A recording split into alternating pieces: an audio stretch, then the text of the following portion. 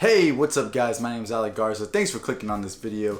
Today I'm going to be reviewing this movie, 1917. Wow, what an experience this movie was. It is hectic, it is riveting, and it is one of the best films of the year, easily. I enjoyed this movie tremendously.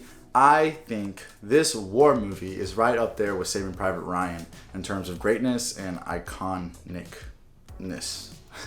No, for real though, this movie is something else. It's very unique. It has some of the best cinematography I've seen ever, and it's one of the most realistic depictions of war. And I'm so glad it's set in World War I. And I'm so glad that the two main characters in the movie are likable and that the movie makes us care about them. So for those who don't know, this movie follows two soldiers in the British Army during World War I, and they are tasked with walking and going a long way to deliver a message to a battalion to call off their strike, because they think they have the Germans on the run, but really the Germans are setting up a trap for all of them. And 1,600 men, and one of the characters, his big brother, is in that battalion, so he is on the move as soon as he gets the orders to go save them. He's ready to go. And like I said in the beginning, this movie is hectic and even more riveting due to the fact that they filmed this entire movie to look like one continuous shot. From beginning to end, we are with these two guys the whole movie, which makes us feel like we're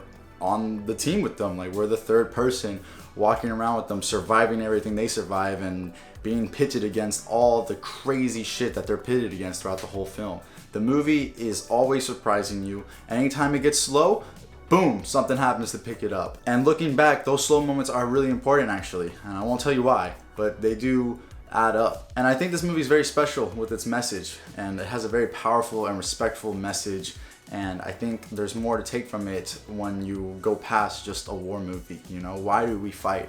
What do we care about? What do we love? When we're in the battle, I mean, I'm not saying we're in it, but I'm, like, as a viewer, like when you're in the battle, if you were, what would you think about? What would you fight for? What do you live for? What do you not die for? You know, or what do you die for? It's very deep to think about those things and to see what keeps these soldiers going, because they're just regular people like me and you, and they're thrust in this impossible mission, and it's frightening and it's scary, but it's oh so real. It's such an incredibly real depiction of what could happen and how things do happen, especially in that war at that time, 1917. I'm not like a huge World War I aficionado, but I could imagine that these guys did a lot of studying and a lot of research, and it really shows in this movie because there's so many details, there's so much stuff that's included that you wouldn't even think about, you know? And I think that's a great thing when a war movie gives you insight on war and not just puts it in your face like here's gore, here's blood. It's not like that. It's very refrained from gore. It's more just the intensity of war